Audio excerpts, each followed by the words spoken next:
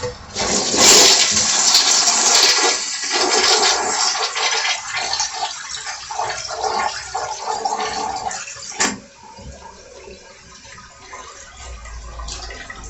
that's a good strong flush.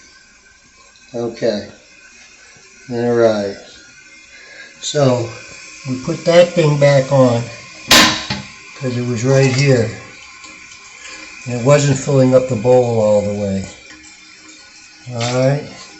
And then we adjusted this, the knob right there, so it went all the way up. So now the water line is up about here.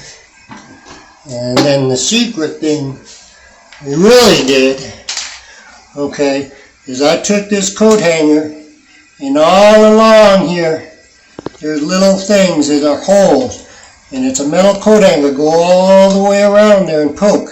And you can see that the old water line, it wasn't filling up all the way. You have to have good water in the bowl to flush too, so you have to have, that's important. Have to have enough water, high enough too, because that creates water pressure. And then the secret, go along here, these little holes get clogged, and poke them on out, okay? Go along there and poke them on. You'll see there's crusty stuff up in there that you need to get out, and then the bowl will flush good at that point. Alright, and you can see it's coming up beyond the old flush line here. I'm pretty sure it should get up there pretty good. So I adjusted this little knob right here out all the way.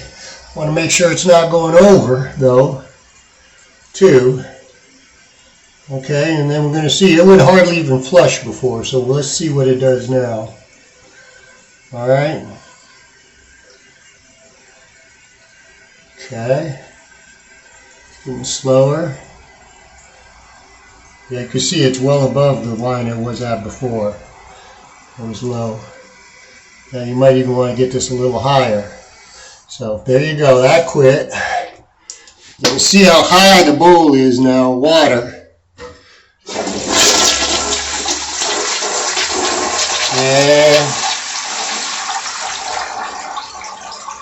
oh yeah, that's a good strong flush. It's going to go down good. There you go. Yeah. So, poke. Make sure that's right there is in the hole right and filling up the bowl. And then adjust that so the water level comes up just within an inch of the top. And that's it. 3 commonest reasons why a toilet will not flush properly.